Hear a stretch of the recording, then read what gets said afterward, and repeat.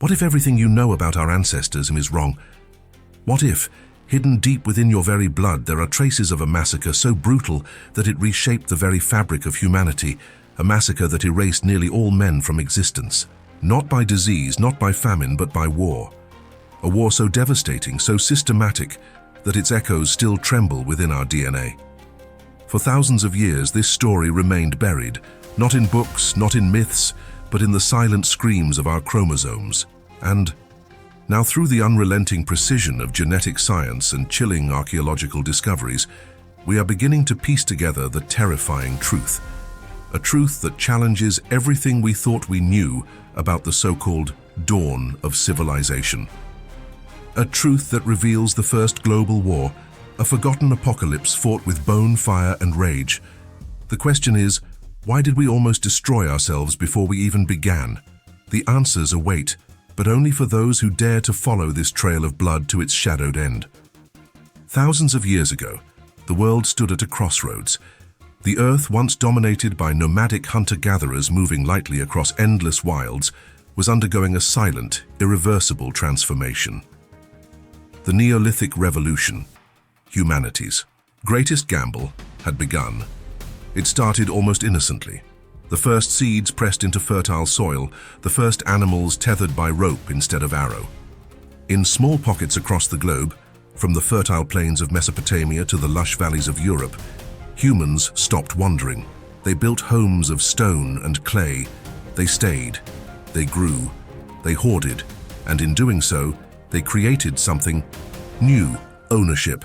For the first time, the land was not everyone's. It was mine. The fields were not gifts from the gods, they were ours. The herds were not shared, they were worth fighting for. In the eyes of early man, the world shifted from an endless expanse of abundance to a finite battlefield of scarcity. With agriculture came surplus. With surplus came wealth. And with wealth came the most dangerous of all human emotions: envy. Societies that once traded peacefully now measured each other with wary, suspicious eyes. Villages once open and inviting hardened into fortresses. Wooden palisades rose like teeth from the earth, and walls, thick and grim, carved boundaries between us and them. And yet, these defenses betrayed a deeper, more chilling truth. They expected violence, they prepared for it. The archaeological record tells a silent but horrific story. Across Europe and the Near East, we find the marks: arrowheads embedded in bones, skulls crushed by blunt force, bodies thrown into mass graves, hurriedly, as if the victors had no time to mourn or even bury. In Talheim, Germany, a trench of horror was unearthed. 34 individuals, their skulls shattered, their bodies piled like broken dolls. At Herxheim, even darker secrets emerged.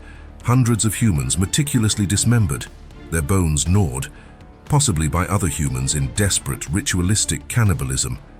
This was not random violence. This was systematic annihilation. But why? What force could drive entire communities, fathers, sons, brothers, to slaughter each other with such cold precision? The answer, unsettling as it is, may lie not just in the soil, but in our very biology. Geneticists, armed with technology that reads the ancient echoes hidden within our blood, discovered something so shocking that it seemed impossible at first. Around 5,000 to 7,000 years ago, there was a sudden, catastrophic collapse in male genetic diversity. Specifically, the diversity of the Y chromosome, the genetic line passed from father to son, plunged by an estimated 95%. In simple terms, for every 100 male lineages that once existed, only 5 survived, not by chance, not by accident, by something far more sinister, a war of extermination. Somewhere in the tangled dawn of civilization, violence became organized. Groups, possibly clans, tribes, or nascent proto-states, didn't just defeat their rivals. They erased them, not just the leaders, not just the warriors, but every single male capable of carrying on a rival bloodline, the survivors. The women, often absorbed into the victors' growing societies, their children carrying the genetic imprint of a single conquering lineage. Imagine the scene: villages burning in the night, men dragged into open fields and slaughtered en masse. Children too young to fight, left wailing for fathers who would never return. And above it all, the victorious warbands, grim-faced, methodically wiping out any trace of opposition, consolidating power not by territory alone, but by rewriting the genetic future of humanity. This was not a singular event. It was not isolated. This pattern of male line collapses appears across multiple regions: Europe, Central Asia, and parts of the Middle East. It was a phenomenon so widespread that it reshaped the very DNA of modern humans. The peaceful myth of early farmers, the idyllic image of simple folk tilling fields in harmony with nature, is shattered under the weight of these findings. The truth was far bloodier. Agriculture was not just the birth of civilization. It was the birth of organized slaughter. A terrifying new world had emerged, a world where dominance meant survival, where power was the only shield against obliteration. And the price of failure was total erasure, not just of a man or a village, but of an entire genetic lineage lost to time, as if it had never existed. But how exactly did these wars unfold? What weapons, what tactics, what ruthless strategies turned simple farmers into the first architects of genocide? To understand that, we must step even deeper into this nightmare, into the inhabitants of the time and the warriors born from desperation and hunger. Imagine waking up every morning knowing that today could be the day your entire world burns. That was the reality for the inhabitants of the Neolithic age. Their villages, once centers of cooperation and survival, had become islands of suspicion, isolated by looming walls and sharpened stakes. Behind every wall lived a community bound by blood, mistrustful of strangers and ready to kill to protect what little they possessed. And among them, new men emerged. Men unlike their peaceful, foraging ancestors. These were the first warriors, not soldiers in the modern sense. There were no standing armies, no formal hierarchies, but young men shaped by the new reality of scarcity and violence who carried out the will of their kin. Protect the harvest, protect the bloodline, annihilate the threat. Archaeological findings reveal a chilling picture. Skeletons from mass graves bear evidence of repeated trauma, multiple fractures, defensive wounds, skulls shattered by blunt weapons. The weapons themselves were crude, yet brutally effective. Stone-tipped spears capable of puncturing bone clubs designed to crush skulls, with a single blowflint knives sharp enough to bleed a man dry in seconds. Primitive. Yes. Deadly. Absolutely. And unlike the battles of later eras, the orchestrated clashes of great empires, Neolithic warfare was personal, fought at arm's length, face to face, where each scream, each final breath was heard and felt. But it wasn't just the technology of violence that evolved. Psychology changed too. Within these small, tightly knit tribes, young men were systematically conditioned for violence. Anthropological studies of similar modern tribal societies suggest initiation rites that involved brutal beatings, ritualized hunts and symbolic kills to forge warriors' identities. It's not hard to imagine early human communities employing similar methods. Boys torn from childhood, thrust into tests of endurance and cruelty, taught that mercy was weakness, that enemies were not human but obstacles to be destroyed. Through this brutal forge, the first warrior castes were born, and so villages transformed into war camps, churning out bands of hardened young men, restless, violent, and eager to prove themselves in the blood-soaked fields beyond their walls. Competition was not merely for land or food, it was for survival of the lineage, the perpetuation of the name, a desperate, unrelenting struggle that left no room for compromise. In the ruins of Talheim, the death pit, the evidence tells the same story again and again. Victims were methodically killed, not randomly slaughtered. Many showed signs of execution-style blows, sharp strikes to the back of the head, a methodical, systematic extermination. This wasn't chaotic battle. This was pre-planned massacre, and this pattern is echoed at sites across Europe and the Near East. At Aspern-Schletz in Austria, another mass grave revealed over 67 skeletons with identical head trauma. In Herxheim, Germany, not only were victims dismembered, they were selected carefully. suggesting raids specifically aimed at eliminating rival groups. The warriors of the Neolithic were not mindless berserkers. They were precise, strategic, and horrifyingly effective. Driven by desperation, indoctrination, and survival instinct, these warriors didn't just kill. They erased. But this brutality was not only directed outward. Social structures within communities hardened too. Anthropologists believe that Neolithic societies began organizing themselves into rigid hierarchies around this time. Chieftains, elders, and proto-nobility, whose power was measured in fields, herds, and armed men.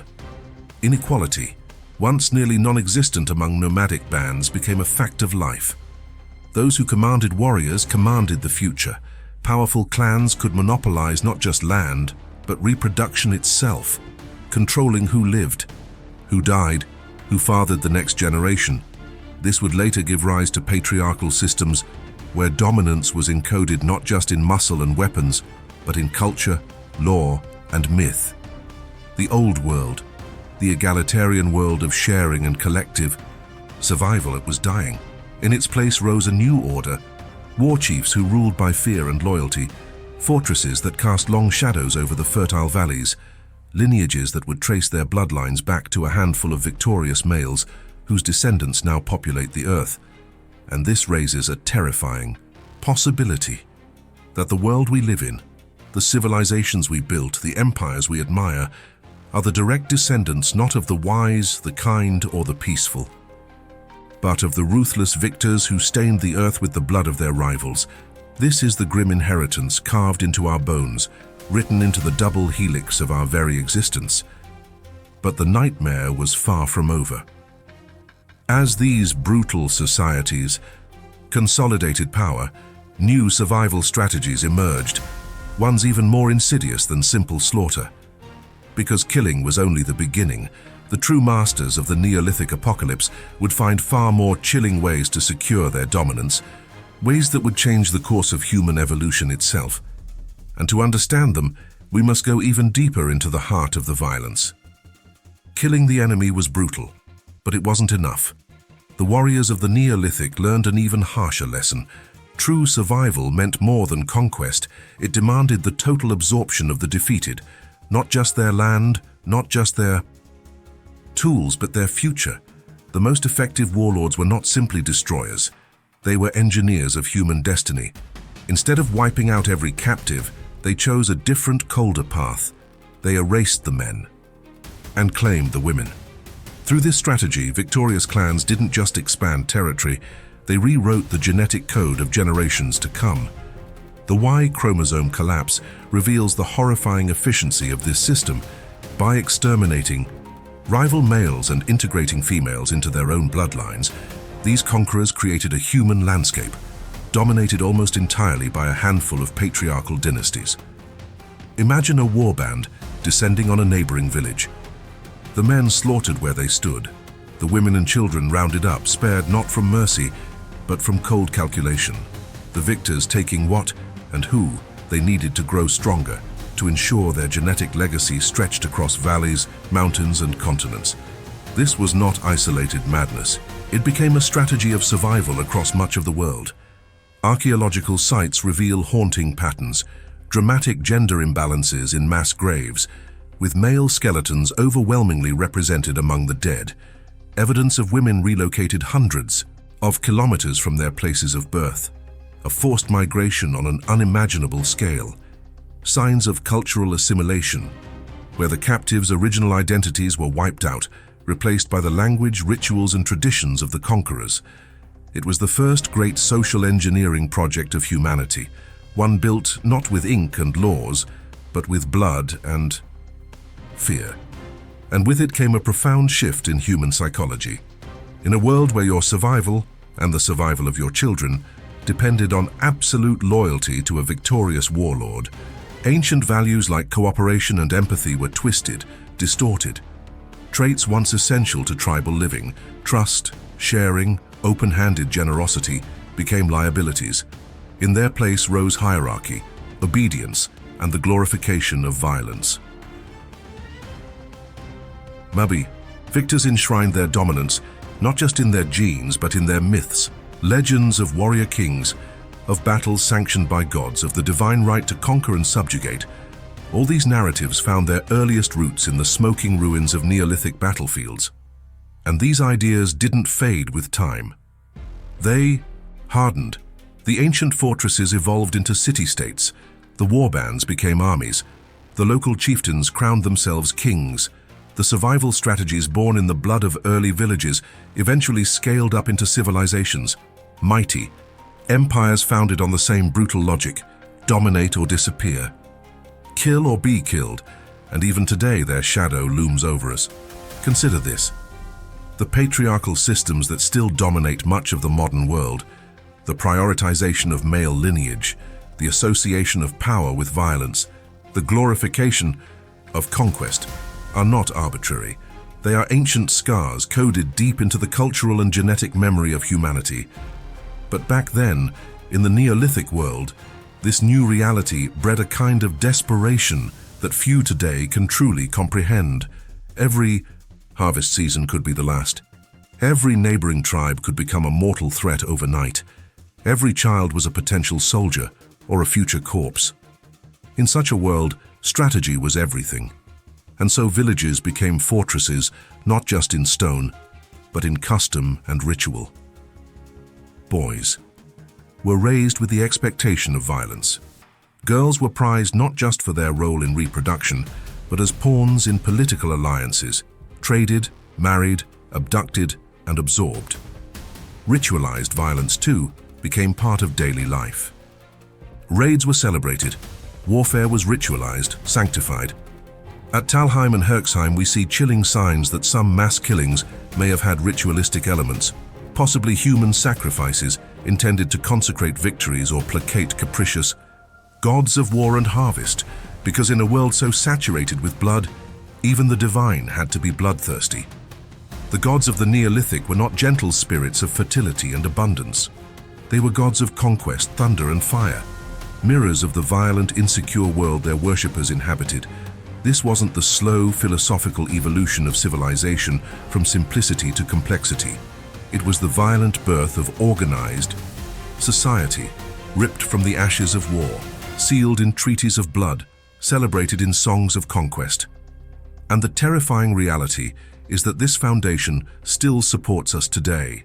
Every empire built, every nation forged, every line drawn on a map, all trace their roots, however faintly, to those first blood-drenched calculations made under the rising sun of the Neolithic fields.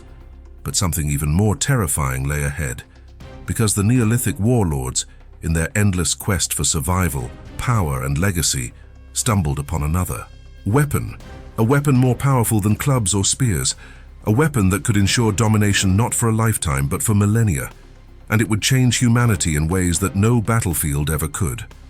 It wasn't just human ambition fueling the fires of violence.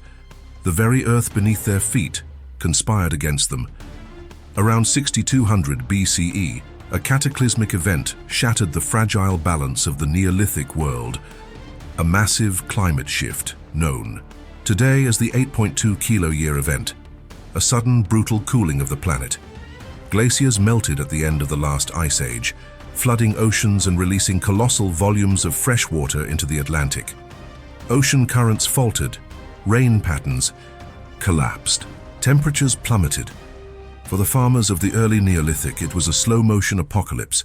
Crops withered in barren fields, livestock sickened and died, rivers dried into cracked, lifeless veins across the landscape, and with every failed harvest, the ancient illusion of security evaporated.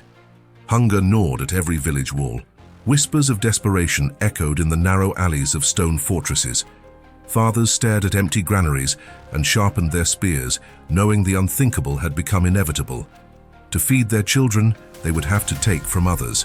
What began as raids for food became wars of extermination. Neighbors who once traded seeds and tools turned into mortal enemies. Entire communities were wiped from existence, their homes torched, their fields salted. And always the survivors absorbed what they could: women, livestock, skills, not mercy, assimilation. In this new world, violence wasn't madness. It was adaptation. The environment had changed the rules of existence, and humanity, ever the ultimate survivor, changed itself in response. But starvation was not the only monster birthed by climate chaos. With scarcity came paranoia, where once trade networks had crisscrossed the continents, linking distant peoples in webs of exchange, those fragile connections frayed and snapped. Tools from distant lands ceased to arrive. Pottery styles grew more localized, more isolated. Languages diverged faster. Customs hardened, suspicion metastasized. Isolation bred myths. Stories of dangerous outsiders, cursed tribes, monstrous neighbors who had forsaken the old ways and must be destroyed. Xenophobia was no longer an occasional tension. It became a lifeline. If a stranger appeared at your gates, he wasn't a merchant. He was a thief, or a spy, or the herald of an army lurking beyond the tree line. Every meeting became a potential battlefield. Every handshake hid a dagger. Anthropological studies of surviving tribal cultures support this grim shift. Where resources are abundant, rituals of hospitality flourish. Where resources are scarce, rituals of exclusion dominate. Elaborate. Test suspicion, oaths demanded at spear point, and yet even under siege from nature and neighbor, humanity clung to life with savage tenacity. In response to environmental collapse, new innovations surged forward. Irrigation systems carved from dry riverbeds to trap and preserve precious water. Granaries fortified like fortresses, guarded by warriors as fiercely as kings guard crowns. Terraces and walls sculpted into hillsides to coax life from stubborn earth. Necessity was the cruelest teacher, but it was also the most effective. This was the true crucible of civilization, not peaceful. Collaboration, not gradual enlightenment, but desperate blood-stained innovation in the face of annihilation. The survivors of these trials, the clans that adapted their strategies, hardened their hearts, sharpened their spears and minds, would go on to build the first great cities, Çatalhöyük. So in Anatolia, a maze of packed houses and communal ovens, watched over by painted murals of hunting and war. Jericho in the Levant, ringed by massive stone walls and a deep protective moat, perhaps the world's first military fortification, and always within these early urban centers, the legacy of violence endured, the very first laws carved into stone, long before, Hammurabi's code did not extol peace or fairness. They warned of punishments for theft, for betrayal, for murder, a mirror held up to the brutal world that birthed them. Yet even the hardiest survivors could not escape one final horror. For as the climate stabilized and food returned, the survivors of the Neolithic Holocaust found themselves in a world utterly changed. The old diversity of human culture, once as rich and varied as the stars, had been pruned back by an invisible hand. Genetic bottlenecks created by violence, starvation, and forced assimilation left entire regions dominated by a handful of surviving male bloodlines. The Y chromosome collapse, once just a genetic footnote, now loomed large. A testament to how thoroughly, how ruthlessly, the victorious had rewritten the human story. And if humanity had survived by becoming colder, harder, more stratified, what kind of future could possibly emerge from such a foundation? Because the victors had not only conquered the world, they had set the stage for everything to come, the seeds of kings and tyrants, of armies and empires, of patriarchy and oppression, and if we listen closely enough, we can still hear the echoes of their footsteps behind us. But the final, most disturbing transformation was yet to come. A change not merely in technology or social structure, but in the very nature of human identity. One that would reach through millennia to define who we are and who we might yet become. The battlefields of the Neolithic were soaked in blood, but something far deeper, far quieter was dying in their shadow. The old human world, the world of egalitarian tribes, of shared survival, of fluid roles between men and women, was collapsing, and in its place rose something monstrous. Something that still commands us today. Hierarchy, domination, control. The decline wasn't sudden, it was a slow erosion, invisible at first, like a rot creeping through the roots of an ancient tree. Communities that had once been loosely structured, around cooperation and consensus, hardened into rigid stratifications. At the top, the warlords, the patriarchs, men who had survived the purges, who carried the rare surviving Y chromosomes now seeded across vast regions. Below them, the warriors, the loyal enforcers of their will. Below them, the women, reclassified as property, tokens of alliances, bearers of legacy. And at the bottom, the conquered, the broken, the expendable. It was not just bodies that were conquered. It was identities. It was possibilities. The archaeological record tells the story if we know how to read it. At sites across Europe and the Near East, we find skull deformation practices emerging, physical markers imposed at birth to signify elite lineage. In burial sites, grave goods explode in disparity. One skeleton buried with golden jewelry, weapons, symbols of power. Another lying naked in the dirt, abandoned to decay. The social chasm had opened, and it would never close again. The ancient notion that all humans were fundamentally kin, different but equal, struggling together against the wilderness, became laughable in this new order. Now worth was measured in conquest, in bloodlines, in domination, and the deeper horror. Those who survived, those who adapted to this brutal reality, carried the mindset forward with pride. For in a world of endless war, empathy was a weakness. Kindness was a liability. It was the cold, the ruthless, the calculating who built the monuments that would define the next era. The earliest megaliths, the stone circles, the great burial mounds, were not democratic projects of wonder. They were displays of power. Proof that a chief could command dozens, hundreds, perhaps thousands of laborers to move mountains at his whim. Proof that life and death now served a higher purpose, the glorification of the few. In many ways, the Neolithic Holocaust, this great male-dominated extinction event, was not an end. It was an apotheosis. The world of small, scattered bands was gone, replaced by a single brutal logic. Survive by ruling, rule by violence, and encode your dominance into the very bones of your descendants.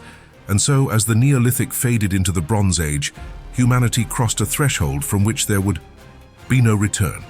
The extinction was complete, not of the species, but of an entire mode of existence. Gone were the fluid tribes of the Paleolithic. Gone was the fragile ideal of egalitarian coexistence. In their place marched the first empires, the militarized city-states of Mesopotamia, the warring kingdoms of the Nile, the rising powers of the Indus Valley, each founded on the same grim formula: secure territory, subjugate enemies, assimilate or annihilate, control resources, codify hierarchy. And woven into every temple, every throne room, every battlefield was the silent legacy of the forgotten war. Even millennia later, when Sargon of Akkad carved out the world's first known empire, he was merely perfecting a model first sketched in blood and fire during the Neolithic. The collapse of male diversity, that genetic bottleneck, meant that every new king, every new dynasty, every ruling caste was a distant echo of those few who survived the ancient purges. Their ruthlessness had become our inheritance, their ambition our curse. But there was a deeper extinction still, one that leaves a lingering emptiness we can still feel if we look closely enough at the world around us. Because when the old humanity died, so too did a different vision of life. A vision not built on domination, but on cooperation, on balance, on reciprocity with the earth, with each other. Today that world survives only in the faintest traces, in the rare hunter-gatherer tribes still eking out an existence at the fringes of civilization, in the whispered myths of lost Edens, of golden ages before the fall. In the ache we feel when we recognize deep in our bones that something essential was lost long ago. The Forgotten War did not merely reshape history, it reshaped us. It reprogrammed our instincts, rewrote our myths, bent our societies around the twin poles of power and fear. And perhaps the most tragic irony: the victors of that war, those few men whose chromosomes dominate much of the globe, today did not set out to create civilizations. They did not intend to invent patriarchy or hierarchy. They were merely trying to survive, just as we do. But survival has a price, and the debt of that ancient violence is one humanity has never stopped paying even now. The past is never truly gone. It pulses inside us, written in our bones, whispering through our blood. The Forgotten War didn't just redraw the borders of ancient villages. It rewrote the architecture of our fears, our ambitions, our dreams. We are all descendants of survivors, of those who chose conquest over compassion, who built walls instead of bridges. But survival is not destiny, and if violence once reshaped the world, perhaps understanding can reshape it again. The question isn't whether we carry the legacy of that ancient cataclysm. The question is, what will we do with it? Will we remain prisoners of a war whose reasons we no longer even remember, or will we at last break the cycle written so long ago in the ashes of forgotten cities? The answers lie not in history books, but in the choices we make now, and the story, our story, is still being written.